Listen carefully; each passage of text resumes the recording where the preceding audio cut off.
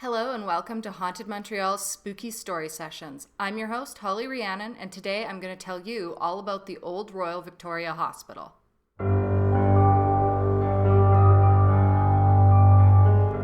Here at Haunted Montreal, we bring you videos in both French and English every Saturday. Before we get into today's story, please remember to like, subscribe, and hit the bell button so you get notified every time we have a new tale to share. And if you're already subscribed, thank you so much and welcome back. We're so happy to have you. Now, without further ado, let's get spooky.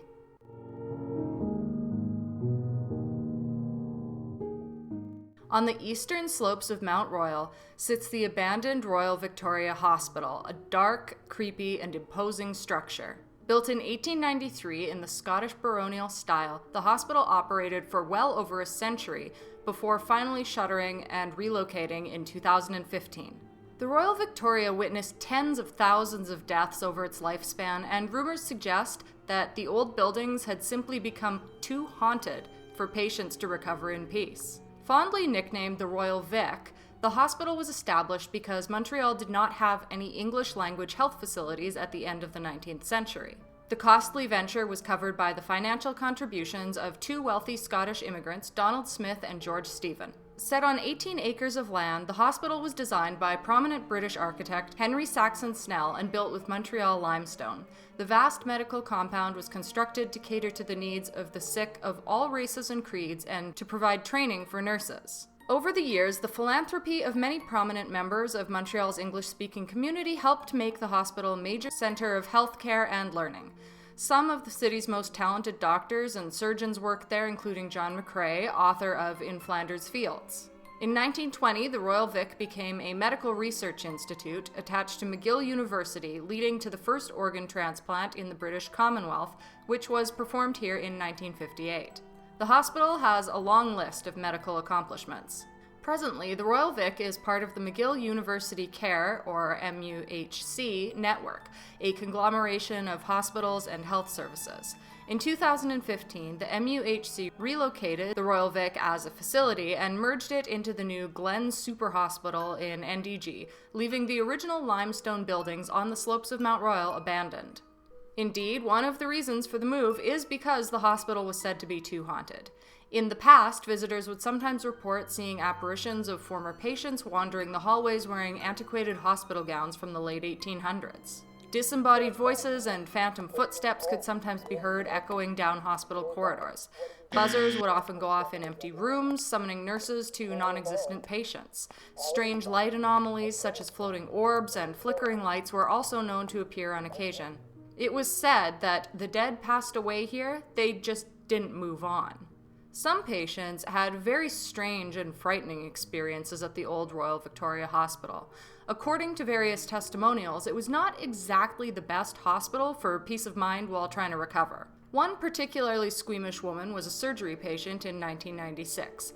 Known only as DB, she wrote of her experience at the now defunct hauntednorthamerica.net website.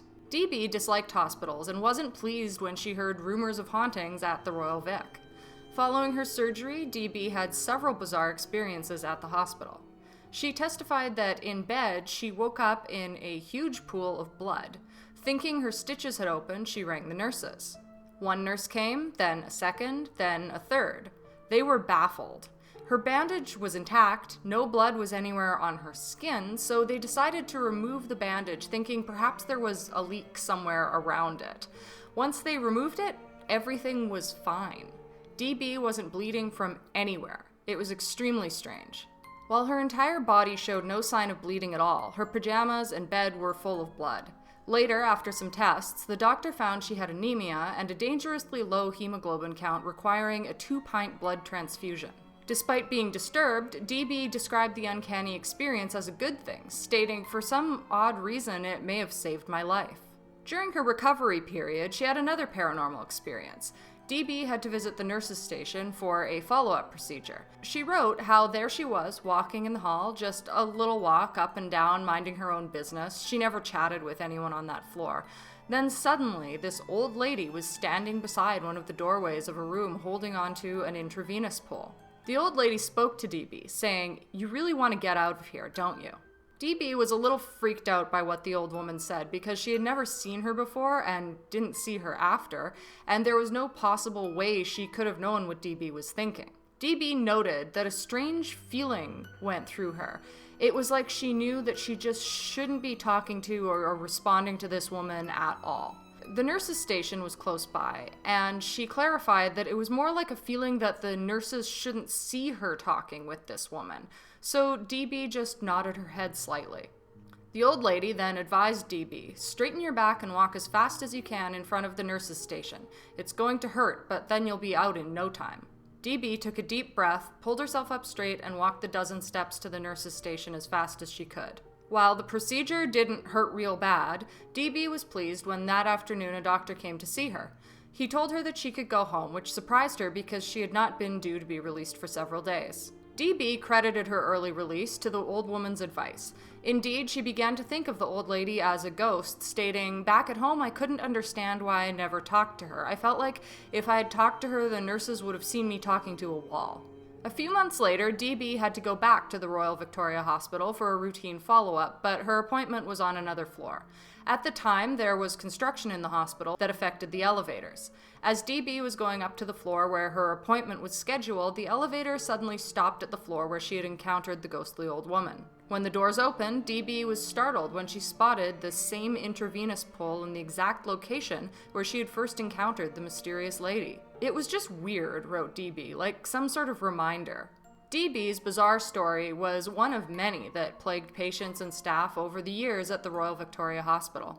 As Halloween approached in 2013, trouble started brewing when staff members decided to publish some of their own ghostly tales on the hospital's website.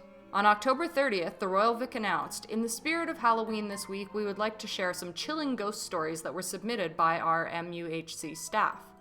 A total of 3 haunted tales, all disturbing, were posted online. The first, entitled Haunted Painting, described a deranged artwork that used to upset people unfortunate enough to pass by it in one of the pavilions. The story went as follows. Hanging upon the wall of a patient's ward in the Ross Pavilion of the Royal Victoria Hospital was once a unique painting. The scene was of a house and a beautiful landscape, but it had been reported by patients and staff that sometimes an old lady appeared in the window looking out. At times, patients said they saw the old lady coming out of the house and looking around before going back in. The painting was so disturbing to the patients and staff, they decided to remove it from the wall. Whether or not the elderly lady in the painting was related to the old woman with the intravenous pole who DB encountered is unknown, but it raises questions about why an elderly woman might haunt the hospital. The second story posted on the website, titled Ghosts of the RVH, described an exhausted nurse who was harassed by wispy, malevolent spirits while trying to take a nap on a couch. As follows. One night at the Royal Victoria Hospital, a nurse was taking a break. While lying on a couch, she saw an apparition standing over her, which she described as a white, smoky light. She got up to take a better look and told it to go away. When it didn't move, she proceeded to pass her hands through the apparition several times to disperse the white fog. Eventually, it did go away, but it came back 2 other occasions. She tried to scream, but nothing came out. The apparition finally left, but the nurse never rested on that couch again. The last of the 3 stories had an ominous title, Locked Door. A patient had just passed away in M5 Cardiac of the Royal Victoria Hospital. The staff arranged him and closed the door as they waited for his family. Later, they realized the door of the room was locked from the inside. No one was in the room except for the dead patient. Security had to come and unlock the door. The staff thought the patient did not want his family to see him like that. Following the publication of the Royal Victoria Hospital's ghost stories, some patients began to complain that the dark tales were not good for their peace of mind. Simply put, in order to recover efficiently, they felt that they should feel safe and peaceful instead of disturbed and frightened. Officials assured the complainants not to worry because plans were afoot to move the operations of the Royal Victoria Hospital into a new super hospital called the Glen. The old hospital, which was seen by some people as being too haunted after over a century in operation, would be abandoned once and for all. The thinking at the time was that the ghosts would most likely remain in the old buildings, meaning patients and staff would no longer have to cope with them in the shiny new facility. As for the buildings comprising the old Royal Victoria Hospital, they could be recycled into something else. Around that time, Montreal's former mayor, Denis Coderre, announced that he was going to meet with provincial officials in an attempt to hammer out a plan to repurpose the old hospital. He explained, "We're all working together because we don't want to create kind of a ghost village there." As promised, in 2015, all the staff and patients were moved to the new Glen Super Hospital in NDG, a few kilometers to the west of the original. Billed as the biggest hospital move in Canadian history, the operation began at 7 a.m. on Sunday, April 26th. A total of 154 patients were transferred from the old Royal Vic by a convoy of ambulances to the new super hospital, the first being a baby in neonatal intensive care. Over the next several hours, an ambulance would depart roughly every 3 minutes. To mark the event, the Black Watch Royal Highland Regiment paid tribute in a ceremony with swirling bagpipes. Just slightly after the 12 bells of noon, the operation was complete. After a full 122 years in operation, the old Royal Victoria Hospital was unceremoniously shuttered, leaving its ghosts behind once and for all. An ER doctor named Greg Clark was clearly relieved following the successful move. He told reporters, "We're very excited to have this opportunity to be in this modern hospital." The Royal Vic's new home, the MUHC or Glen Super Hospital, was a brand new healthcare facility featuring state-of-the-art technology. Spanning 5 city blocks, the health complex has 346 adult care beds, 154 pediatric care beds, more than 8,000 staff, and a research institute attached to McGill University. Other hospitals that have since moved into the structure include the Montreal Chest Institute, the Cedars Cancer Centre, the Montreal Children's Hospital, and the Shriners Hospital for Children. The new Royal Vic has the honour of occupying the very centre of the massive healthcare complex. As the new super hospital began bustling with its many new arrivals, the abandoned Royal Vic began to take on a forlorn look, its empty windows staring down onto the city below. With no decision taken about repurposing the buildings, the old structures began to take on the haunted atmosphere that the former mayor was trying to avoid. While many Montrealers began to shun the creepy old hospital, other braver souls decided to try and make some good use out of it. Occasionally, it was used for a film shoot or other cultural activity. Just a few months after the Royal Vic's closure, playwright Alison Grant wrote an immersive site-specific piece of theatre called Progress, which she set in the hospital's old nurses' lounge. Perhaps inspired by the spooky surroundings, Grant included several ghosts in her dramatic work. In a review, Montreal Gazette theatre critic Jim Burke wrote, "It begins with a middle-aged patient waking up from a suicide attempt to find 2 Victorian vaudevillian ghosts putting on a show of her life. The ghosts represent the very first 2 patients to die in the women's sick room circa 1893, which allows Grant to muse over the hospital's 120-year history." In the article, Grant elaborated, "The Royal Vic loomed so large in the lives of Montrealers as it stood on the hill there. So many know all the nooks and crannies of this hospital. They walked the corridors or held the hands of people dying here. They were born here, or gave birth here, or got better here." With the shuttering of the hospital, Grant openly wondered about its ghosts. What's going to happen to all those other people who died here? Obviously not literally, but their spirit, or a sense of their spirit. She explained that the 2 ghosts in her play are upset because they were supposed to be here forever, taking care of people who were also dying in their room, and now that's all been changed. For Grant, this paranormal dynamic was an important point for Montreal. In the city's psyche, it's a huge thing. Grant was not the only person still thinking about the ghosts in the abandoned hospital. In August 2017, authors Mark Leslie and Rhonda Parrish published Haunted Hospitals, Eerie Tales about Hospitals, Sanatoriums, and Other Institutions. The book is introduced as such. Hospitals are supposed to be places of healing, places of birth, and places of hope. But with all of the varying highs and lows that are experienced in these buildings, is it any wonder when echoes linger indefinitely? The book covers various institutions and features frighteningly eerie tales from Canada, the United States, and around the world. Sure enough, the many ghosts of Montreal's old Royal Victoria Hospital are highlighted in the book from pages 83 to 86. Co-author Rhonda Parrish explained, "If paranormal phenomena are going to occur, what better place than in a hospital? Day after day, the most extreme of human experiences play out within the walls of hospitals. The most intense emotions are experienced again and again.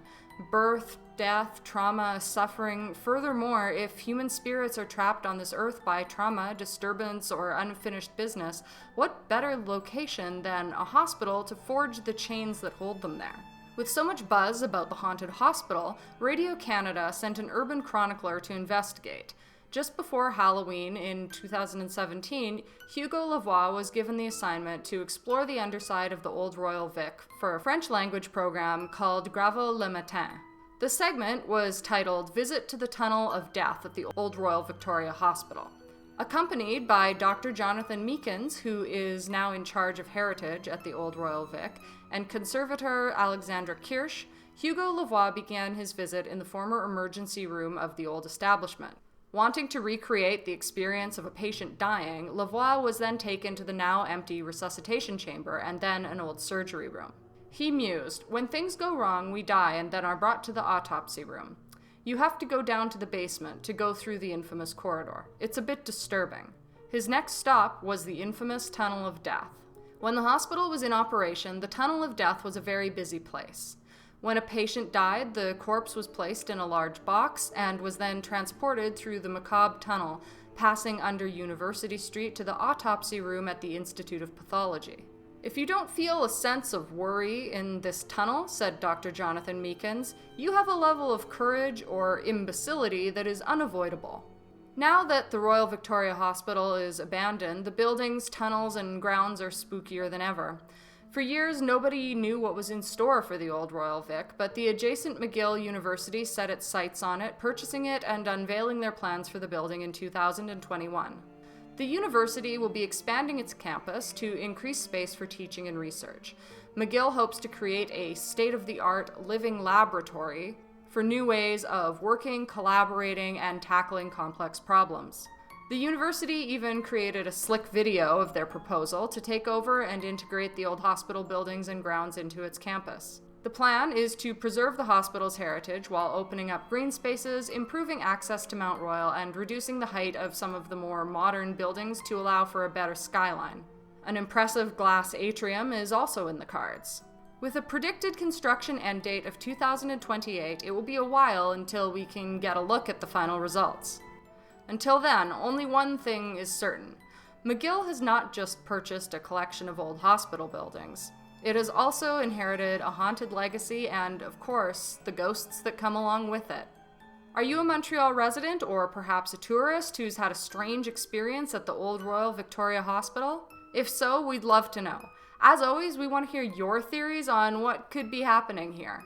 Thank you so much for stopping by. If this is your first video, I do hope that you'll stick around for the next one. We put out videos in both French and English every Saturday. If you'd like to learn more about the organization founded by the talented Donovan King, it's all listed in the description down below, where you can also find links to purchase tickets to our haunted pub crawl, which takes place every Sunday all year round. Remember to like, subscribe, and leave a comment. We'll have a new video out next Saturday, but until then, stay spooky.